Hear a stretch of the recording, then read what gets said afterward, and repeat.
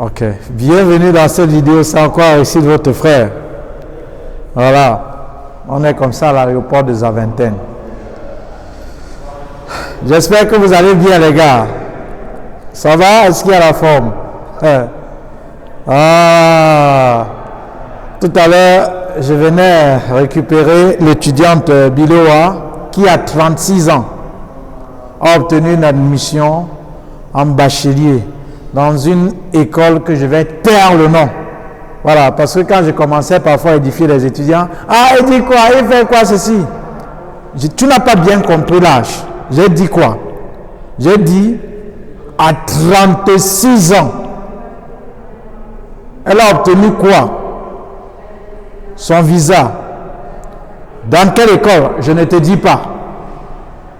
En quel cycle? Cycle bachelier, donc première année. À quel âge? À 36 ans. Je n'ai pas dit en master, je n'ai pas dit en master, je n'ai pas dit en licence, donc troisième année, non. Elle va recommencer. Première année, deuxième année, troisième année, prépa, master, et jusqu'à l'infini si elle veut être même docteur ou être fou, c'est son problème. Donc, chers amis, toi, vous qui m'écoutez, contrairement aux mensonges que c'est les faiseurs de papier ou aux agents de voyage t'ont fait croire, contrairement à ceux-là que lorsque même tu as un projet d'études et qui sont à la diaspora, qui sont de l'autre côté, surtout ici en Belgique, puisque c'est le cadre, c'est la Belgique, vous dites qu'à 35 ans, je peux étudier, et dit non, c'est impossible. Mais non, j'ai dit désormais, ça sera des témoignages. Si quelqu'un discute, vous savez, dans la société moderne, et surtout en Afrique, et notamment le Cameroun où je suis originaire, lorsque vous dites une vérité, celui qui dit la vérité est considéré dans cette société comme un fou.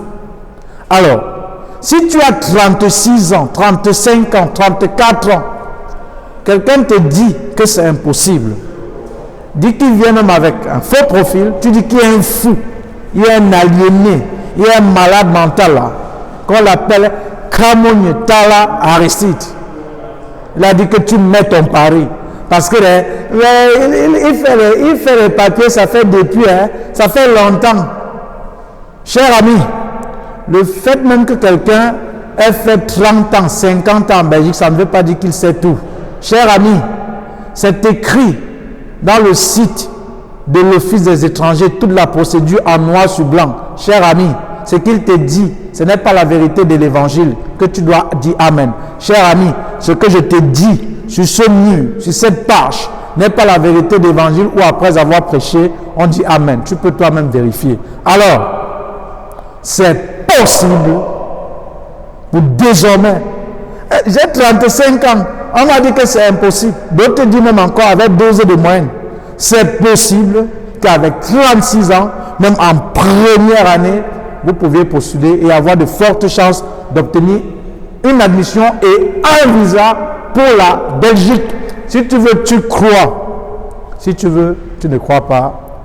Cher ami, dans les deux cas, tu as raison. J'ai dit désormais, vous tous qui vous aviez eu le visa, vous allez partager votre expérience aux personnes. Désormais, vous n'allez plus vous faire tondre, que ce soit même par Aristide, que ce soit pour un agent de voyage quelconque, qu'on va vous dire, arrive en Tunisie, on va venir te chercher, tu juste prends un métro, tu es déjà en France. Ça c'est la bêtise. Et après ferme leur téléphone, et quand on dénonce des bêtises, on prend quelqu'un, celui-là qui dénonce, ou un fou. Que les agents de voyage qui m'écoutent, ou les faiseurs de papier, parce que moi-même je suis un faiseur de papier, je n'ai rien contre vous, la preuve en est. Vous ne saviez même pas, si moi aussi qui vous parle, je vais créer pas une agence de voyage. Donc je n'ai rien contre. Mais c'est sauf que quand je parle le plus souvent agent de voyage, parce que la plupart des personnes victimes des arnaques, c'est je suis passé par un agent de voyage. Non, il y a un ami qui m'a mis en contact avec un gars en Belgique là. Voilà les boulots des victimes des étudiants. Des étudiants qui sont victimes. Donc, ce sont les bourreaux de ces victimes-là. Agents de voyage, faiseurs de papier. Et alors, sur pied, il y a un programme qui a pour but de te montrer la procédure en vue de l'obtention du visa pour la Belgique sans qu'une tierce personne ne vous aide dans vos démarches. Que tu es quelqu'un qui réside en Belgique, en Europe ou pas, cela n'a aucune importance pour vous. Je vous montre comment constituer vous-même votre dossier facilement et rapidement. Votre dossier sans qu'une tierce personne ne vous aide dans les démarches. La question encore que certaines se posent, je peux dépenser combien en tout et pour tout? Retiens ceci et très bien. Et en bas, je vais te mettre le lien. Avec moins de 600 000, je n'ai pas dit 1 million, je n'ai pas dit 6 millions, je n'ai pas dit 3 millions, je n'ai pas dit 600 millions. Avec moins de 600 000 pour la constitution de ton dossier du début jusqu'à la fin, lorsqu'une tierce personne était dans les démarches, c'est largement suffisant. Commençant par l'équivalent du diplôme, par la demande d'admission et par la demande de ton visa avec moins de 600 000 francs CFA. Voilà. Donc désormais, ici sur cette page, si vous êtes étudiant étranger africain, sachez que pour les études en Europe et notamment en Belgique, ça ne coûte rien et ça ne demande rien. Vous dépensez plus des millions parce que vous passez par un agent de voyage que je ne refuse pas, parce que rien ne vous garantit que je n'ai pas un agent de voyage, ou par un faiseur de papier comme moi pour vous aider dans la démarche. Mais si vous faites la procédure par vous-même, vous allez vous rendre compte que vous ne dépensez rien. Et pour ce faire, voilà pourquoi j'ai mis sur pied ce programme en formation vidéo qui a pour but de vous montrer la procédure de A à Z sans qu'une tierce personne ne vous aide dans vos démarches. Ça a été possible pour Agathe, c'est possible pour toi. Les deux choses concernant les demandes d'admission, ne me pose plus cette question. J'ai 35 ans, j'ai 34 ans, j'ai 27 ans. Est-ce que c'est possible? Je dis bien, c'est très bien possible. Il suffit juste d'avoir la stratégie, de connaître comment vous y prendre. Parce que vous pouvez même avoir 18 ans, avoir 17 au bac, même 20 sur 20 au bac. Alors, si on vous choisit une école qui n'est pas parfois en rapport avec votre orientation académique, malgré cet âge et cette note, et que vous ne puissiez pas défendre votre projet d'études au niveau de l'entretien pour les Camerounais à Campus Belgique, ou à l'interview si vous êtes dans un autre pays, puisque actuellement, il n'y a que Campus Belgique au Cameroun, vous pouvez donc avoir 18 ans, avoir 17 au bac, et ne pas bien défendre votre projet d'études, et vous n'aviez pas ce visa. Et tout de même encore, que vous pouviez même avoir 30 ans, 35, 36, comme c'est le cas échéant de Bilowa, et savoir défendre son projet d'études et obtenir ce visa. Je vais encore vous le dire, comme elle a dit tout à l'heure, ce qui me faisait rire. Elle a dit, quand j'embarquais et quand j'étais même dans le vol, je ne croyais pas. C'est quand je suis descendu et que je vais faire la vidéo que je me rends compte que je suis réellement en Belgique. Et que lorsqu'on faisait le check-up, on disait, mais comment c'est ainsi? 36 ans, cycle bachelier, monte ton admission, monte ta prise en charge. C'est possible. C'est possible. Tu crois que ce n'est pas possible? Parce qu'on t'a lobotomisé le cerveau. On t'a formaté le cerveau avec des informations poison. Si il n'y a pas parfois des témoignages pour vous dire c'est possible, voilà une preuve vivante, vous n'allez pas croire.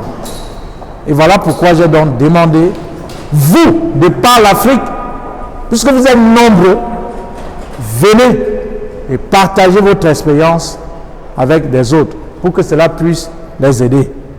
Et voilà pourquoi dans la nouvelle charte du groupe étudiant en Belgique, j'ai dit, celui qui après avoir obtenu le visa, qu'on l'a tendu la main puisqu'aujourd'hui c'est toute une équipe, ne doit pas faire ce témoignage. Je considère ça comme de l'égoïsme. Le fait de dire, ma mère ne veut pas, maman ne veut pas.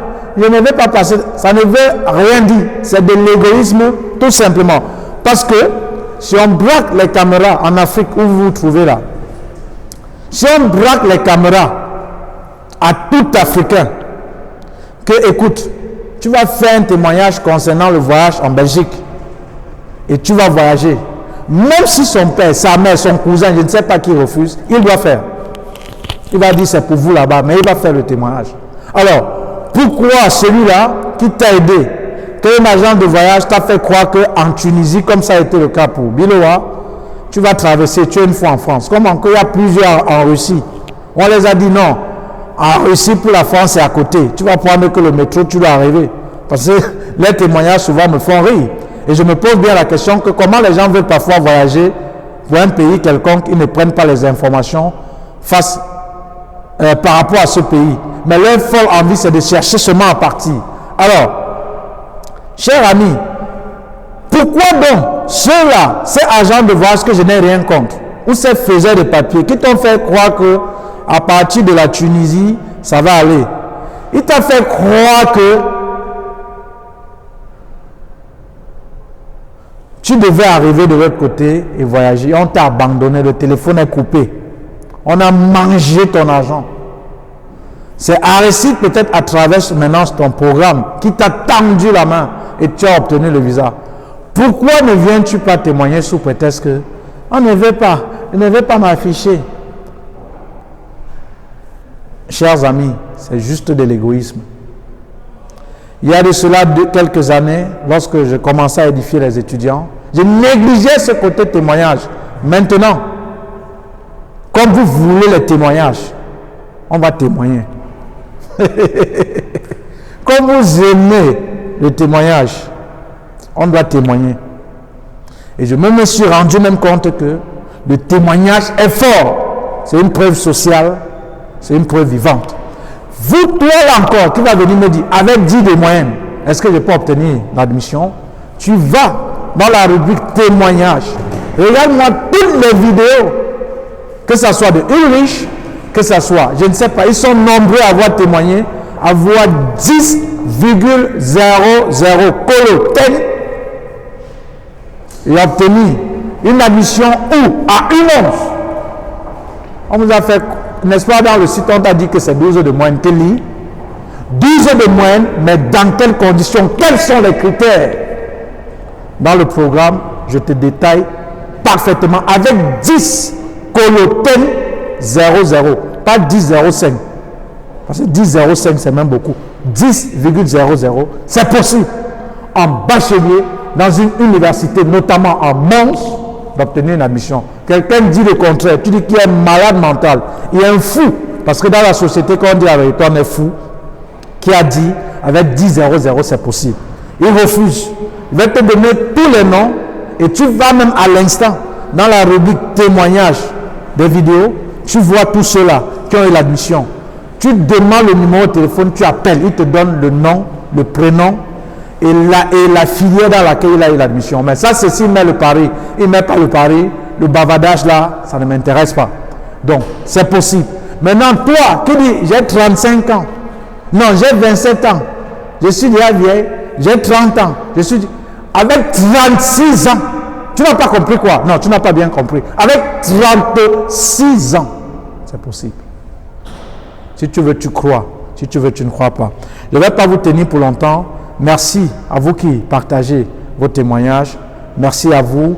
Et je vous ai toujours donné comme conseil, toujours à la fin de chaque vidéo, quand je viens chercher un étudiant, celui en Europe qui t'a hébergé, celui chez qui tu as passé une nuit, je n'ai pas dit deux, en Europe, celui ou la personne chez qui tu as passé seulement une nuit, que même si tu as dormi au sol, au canapé, ne quitte pas, écoute bien, ne quitte pas cette maison, que cette personne en quittant, piaf sur toi, tu as porté ta malédiction.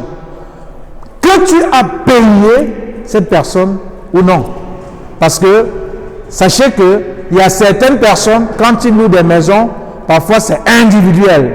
Et ils prennent le risque, au fait même le fait en violant même le contrat de bail. Parce que par exemple, lors du bail, le bailleur dit c'est une personne. Elle te fait dormir pendant 1, 2, 3 jours. C'est déjà beaucoup. Elle a pris ce risque. Et alors, si elle a pris ce risque pour toi, pourquoi son remerciement doit être l'ingratitude? L'ingrat dans la vie ne va nulle part. Vous vous souvenez, je vais chuter, de cette parabole de Jésus, des 10 lépreux. Dans la cité grecque, il y avait 10 lépreux. Et quand, à cette époque, tu avais la lèpre, tu étais à marge de la société. Ça veut dire, on te fuyait, tu étais considéré comme une personne maudite. Donc tu ne devrais même pas exister. Tu ne devais même pas marcher dans la nature librement, on te fuit. Donc c'était considéré comme... Avoir la lèpre, celui qui avait la lèpre était considéré comme une personne maudite. Et alors Jésus passait en chemin. Il a vu ces 10 lépreux.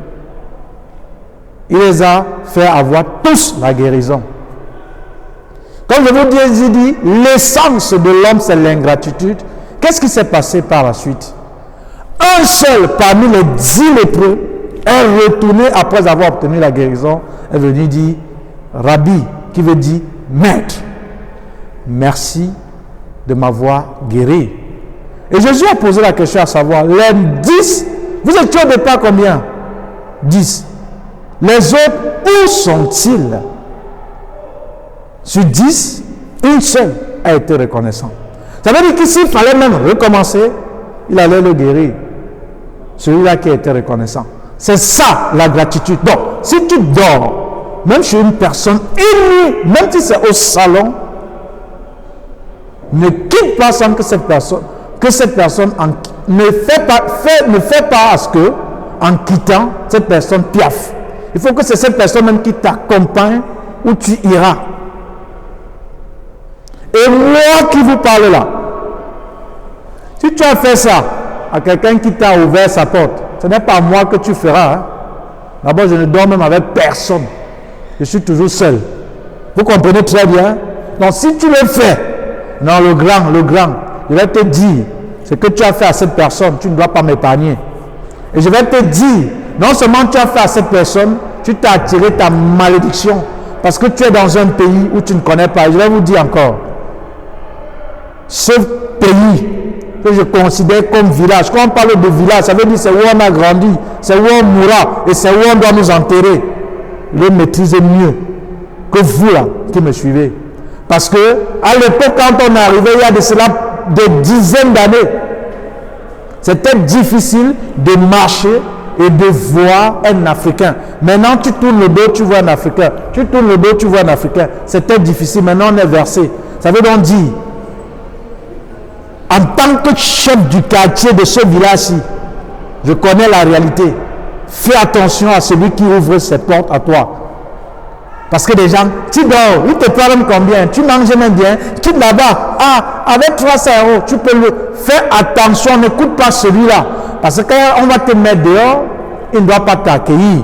Et il n'a même pas où dormir. Parce que quand on va te mettre dehors, gars, elle m'a finalement mis dehors. Lui-même, il va te dire, moi-même où je suis là, je ne sais même pas comment je vais faire. Des conseils. Et pour réussir dans ce village qui est l'Europe en question, cher ami, évite d'avoir des amis. Évite d'avoir des amis. Je dis et j'assume. Si tu veux réussir, évite même la communauté africaine, pire la communauté camerounaise. J'assume ce que je dis. Hein. Ne me dis pas qu'il dit quoi. Évite cette communauté. Aide avec des objectifs. C'est pourquoi tu es là. Parce que lorsque tu es là, les parents se sont endettés. On a prêté de l'argent. On s'est endetté pour que tu sois là. Alors, donne-toi un challenge. Tu te bats pour tendre aussi la main à tes frères, à tes soeurs. Parce que ça sera une perte pour la famille de voir toutes ces dépenses et que toi, finalement, tu n'as allé nulle part. Voilà. Faites attention où vous dormez. Respectez celui chez qui vous vivez. Et quand vous sortez, sortez avec toutes les bonnes bénédictions de cette personne. Et même si cette personne vous a fait n'importe quoi, même vous a causé du tort, pensez à la seule nuit où vous vous êtes couché sur son fauteuil. Je ne parle même pas de lit. Parce qu'il y a des gens ici, ils croient que le lit ici est tellement grand. Non, tu vas te coucher sur la place de lit d'hôpital, à une place. Même si tu t'es couché sur son fauteuil, le Saint, même si elle t'a fait du mal et que tu as parfaitement raison, pense de cette nuit-là et pas. Et sachez que tout concourt pour le bien, comme Dieu l'a dit, de celui que Dieu aime. À quelque chose, malheur est bon. N'ayez pas dans votre cœur la place pour haïr, mais il y a assez d'espace pour aimer. C'était comme ça, Aristide, votre frère.